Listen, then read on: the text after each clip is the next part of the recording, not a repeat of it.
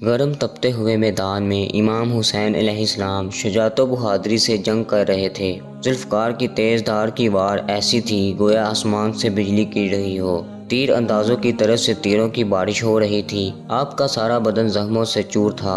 امام حسین دشمنوں کی فوج پر حملہ کرتے جاتے تھے جن کی تعداد 30,000 تھی کہ اچانک نیزہ کی ایک جماعت نے آپ پر حملہ کر دیا۔ ایک سپاہی نے تیر چلایا جو آپ کے دہن مبارک پر لگا۔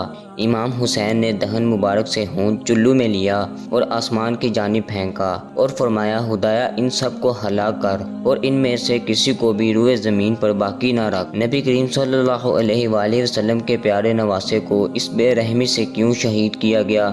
آپ میدان کربلا میں کیوں پہنچے؟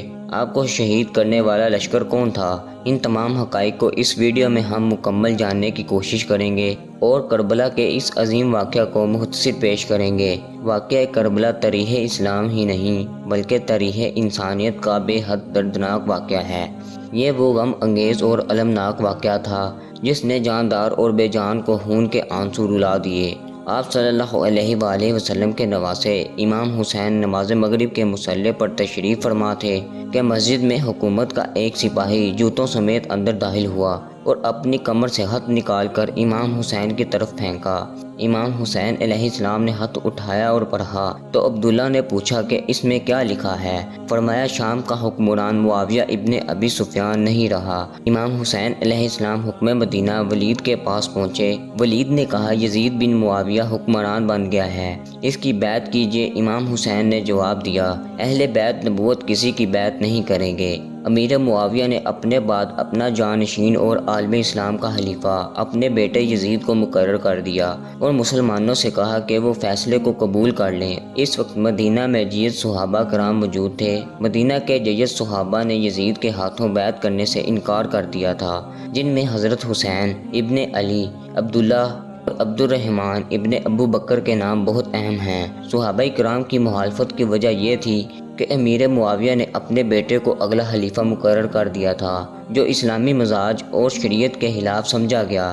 اس سے پہلے کسی بھی خلیفہ نے اپنی اولاد اور رشتہ دار کو اپنا ولی عہد اپنے بعد خلیفہ منتخب نہیں کیا تھا۔ یہ فیصلہ حضرت حسن کے ساتھ ہوئے معاہدے کے بھی خلاف تھا۔ جب یہ خبر کوفہ پہنچی کہ امام حسین نے یزید کو خلیفہ تسلیم کرنے سے انکار کر دیا ہے، اہل کوفہ جو امام حسین سے بہت محبت اور عقیدت رکھتے تھے مختار صفقی کے گھر جمع ہوئے اور سلیمان ابن سورج رضی اللہ تعالیٰ عنہ نے امام حسین کو کوفہ آنے کی دعوت دی۔ آپ نے امام حسین کو خط لکھا کہ آپ کوفہ تشریف لائیں، ہم آپ کے ہاتھ پر بیعت کریں گے اور آپ کو خلیفہ تسلیم کریں گے۔ روایت میں آتا ہے کہ کوفہ سے تقریباً 18,000 خطوط حضرت امام حسین کو موصول ہوئے تھے۔ حضرت امام حسین نے کوفہ جانے کا فیصلہ کیا۔ امام حسین کے نزدیک یزید کا خلیفہ رہنا ظالم حکومت کو تسلیم کرنا ہے۔ یزید کی خلافت اسلام اور شریعت کے خلاف تھی۔ دوسری طرف یزید شکار و تفریح اور شراب کا عادی تھا۔ لوگوں کا بھی ماننا تھا کہ اس میں خلیفہ بننے کی اہلیت و صلاحیت نہیں ہے، جبکہ یزید امام حسین سے بیعت لینا چاہتا تھا کیونکہ حضرت حسین نبی کریم صلی اللہ علیہ وآلہ وسلم کے نواسے تھے۔ ان کی بیعت کے بعد ہی یزید کی خلافت مستحکم ہو سکتی تھی اور عالم اسلام میں خلافت کی اہمیت تسلیم کی جاتی، جبکہ امام حسین اسے نااہل سمجھتے تھے۔ کوفہ والوں پر بھروسہ کرتے ہوئے حضرت حسین پہلے مدینہ سے مکہ روانہ ہوئے اور وہاں اپنے اہل بیت جانثار اور ساتھیوں کے ساتھ کوفہ کے لیے روانہ ہوئے۔ جب یزید کو خبر ملی تو اس نے عبداللہ ابن زیاد جو کہ ایک ظالم شخص تھا اسے کوفہ کا گورنر مقرر کر دیا اور اسے حکم دیا کہ امام حسین ابن کوفہ پہنچنے کی کوشش کریں تو راستے میں ہی انہیں روک دیا جائے۔ ابن زیاد نے ایک لشکر روانہ کیا اور امام حسین اور ان کے ساتھیوں کو وہیں روک دیا۔ 3 محرم کو ابن سعد 4,000 فوج لے کر کربلا پہنچا۔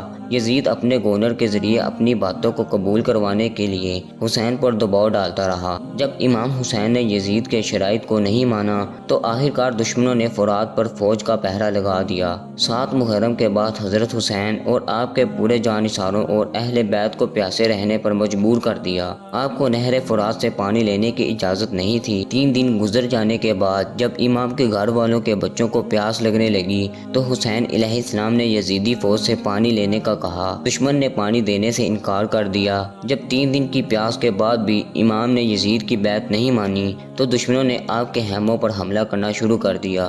امام حسین نے ایک رات کی مہلت طلب کی۔ عاشوراء کی اس رات حضرت حسین اور آپ کے اہل خانہ نے اللہ کی عبادت کی اور یزیدی فوج کو مخاطب کر کے امام حسین نے ایک تقریر کی۔ آپ نے فرمایا، لوگوں جلدی نہ کرو، پہلے میری بات سن لو۔ لوگوں تم میرے حسب و نسب پر غور کرو اور دیکھو کہ میں کون ہوں۔ اپنے گرے بانوں میں جھانکو اور اپنے آپ کو ملامت کرو۔ تم خیال کرو کہ کیا تمہیں میرا قتل اور میری توہین زیب دیتی ہے؟ کیا میں تمہارے نبی کا نواسا اور ان کے چچیرے بھائی کا بیٹا نہیں، جنہوں نے سب سے پہلے اللہ کی آواز پر لبیک کہی اور اس کے رسول پر ایمان لائے؟ کیا تمہیں رسول کا وہ قول یاد نہیں جو انہوں نے میرے اور میرے بھائی کے بارے میں فرمایا تھا کہ ہم دونوں نوجوان جنت کے سردار ہوں گے؟ یزید کی فوج پر اس تقریر کا کوئی اثر نہ ہوا۔ عاشوراء کے دن تک آپ کے تمام بیٹوں اور بیٹیوں کو میدان کربلا میں شہید کر دیا گیا، جن میں علی اکبر، عباس، علی اصغر، اون و محمد شامل ہیں۔ حضرت امام حسین اور ان کے ساتھیوں نے دشمن کے صفوں پر ٹوٹ کر حملہ کیا، شجاعت و بہادری کی تاریخ رقم کر دی، لیکن ایک ایک کر کے سبھی بہترین جانثار شہید ہو گئے۔ آخر میں حضرت امام حسین کو بھی دشمنوں نے چاروں طرف سے گھیر لیا، لیکن ان میں سے کوئی بھی امام حسین کو قتل کرنے کا گناہ اپنے سر نہیں لینا چاہتا تھا۔ آخر کار شمر کے اکسانے پر ابن شریک تمیمی نے یہ بدبختی مول لی اور حضرت حسین کے ہاتھوں اور گردن پر تلوار سے حملہ کیا۔ سنان بن انس نے تیر چلایا، جس کے بعد امام حسین گر گئے۔ اس کو دیکھ کر امام حسین کی بہن زینب کبری کا دل تڑپ اٹھا۔ آپ نے دربار یزید میں ایک لرزہ امیز خطبہ دیا۔ اس خطبے کو سن کر یزید کے دربار میں موجودہ درباری اور اہل شام کے چہروں کی رنگت بدل گئی اور وہ پشیماں ہوئے۔ واقعہ کربلا کا بغور مطالعہ کرنے سے ہمیں یہ پتہ چلتا ہے کہ یزید نے امام علی مقام اور آپ کے خاندان اور اصحاب کو بے دردی سے شہید کر کے خود کو فاتح اور خلیفہ برحق ثابت کرنے کی جو کوشش کرنا چاہتا تھا وہ اس کوشش میں ناکام ہوا۔ الٹا اس کی وقتی جیت ہی اس کی ابدی شکست اور رسوائی کا پیش خیمہ ثابت ہوئی، کیونکہ امام علی مقام شہید ہو کر بھی لوگوں کے دلوں پر حق و صداقت کا عظیم مینار بن کر راج کرتے ہیں، جبکہ یزید بظاہر جنگ جیت کر بھی ازلی ذلت اور رسوائی اور نجاست کی علامت بن کر رہ گیا ہے۔ یہ جنگ دراصل امام حسین علیہ السلام کی ابدی فتح ثابت ہوئی۔ تو دوستو، یہ تھی ہماری آج کی ویڈیو۔ آپ کو ہماری ویڈیو کیسی لگی کامنٹ کر کے ہمارے ساتھ شیئر ضرور کیجیے گا۔ اپنا اور اپنے پیاروں کا خیال رکھیے۔ ملتے ہیں اگلی ویڈیو میں، تب تک کے لیے اللہ حافظ۔